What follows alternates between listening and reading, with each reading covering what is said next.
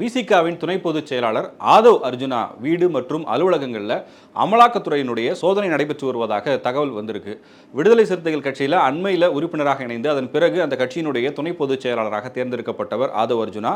அவருடைய வீடு மற்றும் அலுவலகங்களில் இடியினுடைய சோதனை நடைபெற்று வருவது அரசியல் ரீதியாகவும் பார்க்கப்படுது. இது குறித்து தான் இந்த வீடியோவில் விரிவாக பார்க்க போகிறோம். தற்போது விசிகாவினுடைய துணை பொதுச் செயலாளராக இருக்கக்கூடிய ஆதவ் அர்ஜுனா தொடக்கத்தில் திமுகவோடு தேர்தல் வியூக பணிகளில் ஈடுபட்டு வந்ததாக சொல்லப்பட்டது. அதன் பிறகுதான் அவர் விடுதலை சிறுத்தைகள் கட்சியோடு இணைந்து பணியாற்ற தொடங்கியிருக்கிறாரு. விடுதலை சிறுத்தைகள் கட்சியில் இணைந்த பிறகு, அதாவது அவர் உறுப்பினராக இணைந்தது ரீசெண்டாக தான், ஆனால் அதற்கு முன்பாகவே சுமார் ஓராண்டுக்கும் மேலாக விசிகாவினுடைய கட்டமைப்பு பணிகளில் அவர் ஈடுபட்டு வந்ததாகவும், தேர்தல் வியூக அமைப்பாளர் என்கிற வகையில் விடுதலை சிறுத்தைகள் கட்சிக்கும் அந்த கட்சியினுடைய தலைவர் திருமாவளவனுக்கும் பல்வேறு நிலைகளில் ஆலோசனைகளையும் வழங்கியிருக்கிறார் அப்படின்னு அந்த கட்சியை சேர்ந்த நிர்வாகிகளே சொல்றாங்க.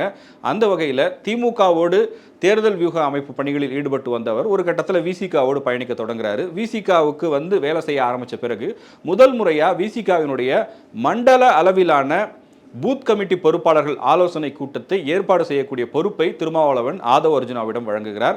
அதை அவர் நல்லபடியாக செஞ்சு முடிச்ச பிறகு அதற்கு அடுத்த கட்டமாக ஒவ்வொரு ஆண்டுமே விடுதலை சிறுத்தைகள் கட்சி சார்பில் ஒரு விருது வழங்கும் விழா நடத்தப்படும். பல்வேறு அரசியல் கட்சிகளை சேர்ந்த ஆளுமைகளை அழைத்து விருது வழங்கக்கூடிய விழா. அது ஒரு பிரம்மாண்டமான முறையில் அந்த விழாவை நடத்தணும் அப்படிங்கிற திட்டம் திருமாவளவனுக்கு இருந்ததுனால ஆதவ் அர்ஜுனா அழைத்து அந்த பொறுப்பையும் கொடுக்கிறாரு. அதற்கான ஏற்பாடுகளை முழுமையாக செய்து திருமா எதிர்பார்த்தபடி அந்த கூட்டத்தையும் வெற்றிகரமாக அவர் நடத்தி முடித்ததுனால அதன் பிறகு விடுதலை சிறுத்தைகள் கட்சியினுடைய மிக முக்கியமான மாநாடாக பார்க்கப்பட்ட வெல்லும் ஜனநாயகம் மாநாடு திருச்சி சிறுகனூரில் நடைபெற்ற அந்த மாநாட்டில் திமுக தலைவரும் முதலமைச்சருமான மு.க. ஸ்டாலின் உள்ளிட்ட இந்தியா கூட்டணியை சேர்ந்த தலைவர்கள் எல்லாம் கலந்துக்கிட்டாங்க.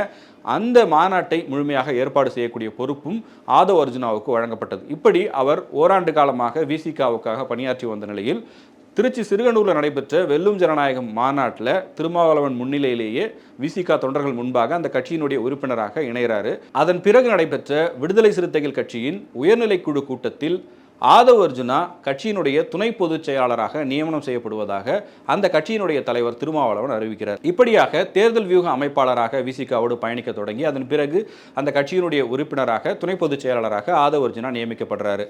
அதற்கு அடுத்தபடியாக வரவிருக்கிற மக்களவைத் தேர்தலில் விடுதலை சிறுத்தைகள் கட்சி ஒரு பொது தொகுதியை கேட்டிருக்கிறது. அந்த தொகுதியில் ஆதவ் அர்ஜுனா போட்டியிடுவார் அப்படிங்கிற செய்திகளும் பரவலாக வெளியாகி இருந்தது.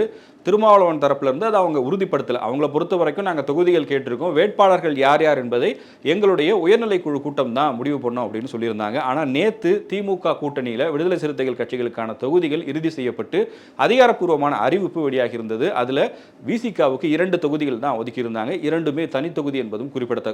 பொது தொகுதி அவங்க கேட்டிருந்தாலும் அது விசிகாவுக்கு ஒதுக்கப்படாமல் இருந்த நிலையில் விடுதலை சிறுத்தைகள் கட்சியின் சார்பாக ஆதவ் அர்ஜுனா தேர்தலில் போட்டியிடுவார்னு சொல்லப்பட்ட அந்த செய்தி வந்து இதுமே நடக்க வாய்ப்பில்லை அப்படிங்கிற மாதிரியும் பேசப்பட்டது. இந்த சூழ்நிலையில தான் இன்னைக்கு காலையில் 8 மணியிலிருந்து ஆதவ் அர்ஜுனா தொடர்புடைய இடங்களில் அமலாக்கத்துறையினுடைய சோதனை நடக்குது. சென்னையில் மட்டும் இல்லாமல் கோவை உள்ளிட்ட 5 இடங்களில் இந்த சோதனையானது நடைபெற்று வருவதாகவும் அவருடைய வீடு அலுவலகம் போன்ற அவருக்கு நெருக்கமான இடங்களில் இந்த சோதனை என்பது நடைபெற்று வருவதாக சொல்லப்படுது.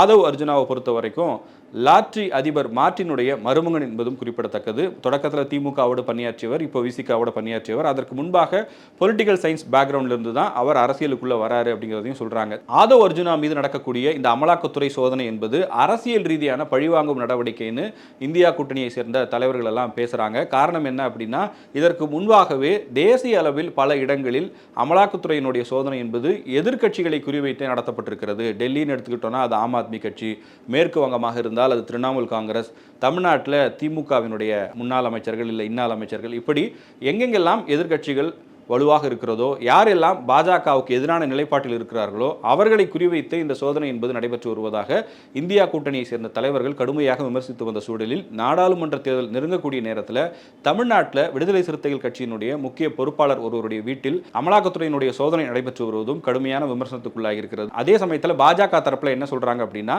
நாங்கள் யாரையும் குறி வச்சு சோதனை நடத்துறது இல்லை, அமலாக்கத்துறையாக இருக்கட்டும் வருமான வரித்துறையாக இருக்கட்டும் இது எல்லாமே இண்டிபெண்டன்ட் ஏஜென்சிஸ், அவர்களுக்கு கிடைக்கக்கூடிய தகவல் அடிப்படையில் சோதனை நடத்துறாங்க. சோதனையின் முடிவில் அவங்க தப்பு செஞ்சிருந்தா அதற்கான தண்டனை கிடைக்கும், தப்பு பண்ணலன்னு சொன்னா அவங்க எந்த ஒரு நடவடிக்கையும் எடுக்க போறது இல்லை, இதை அரசியலாக்குவது எதிர்க்கட்சிகள் தான், நாங்க இல்லை அப்படிங்கிற ஒரு விஷயத்தையும் அவங்க சொல்றாங்க. ஆதவ் அர்ஜுனாவை பொறுத்த வரைக்கும் அவர் மீது இதே போன்ற ஒரு சோதனை கடந்த 2010ஆம் ஆண்டும் நடத்தப்பட்டதாக தகவல்கள் வெளியாகி இருக்கிறது. அப்போது அமலாக்கத்துறை வருமான வரித்துறை உள்ளிட்டவர்கள் சோதனை நடத்தியிருந்தார்கள். அதன் பிறகு இப்போது அவர் விசிகாவில் இணைந்த பிறகு இந்த சோதனை நடைபெற்று வருவதால் இதுக்கு அரசியல் பின்புலம் இருக்கலாம். தேர்தல் நேரத்தில் நடத்தப்படுவதால் தேர்தலில் முக்கியமாக பங்காற்றக்கூடிய நிர்வாகிகளை ஒடுக்கும் வகையில் பாஜக இத்தகைய நடவடிக்கை எடுத்து வருகிறது அப்படிங்கிற விமர்சனங்களை எதிர்க்கட்சிகள் முன்வைத்து வருகிறார்கள்.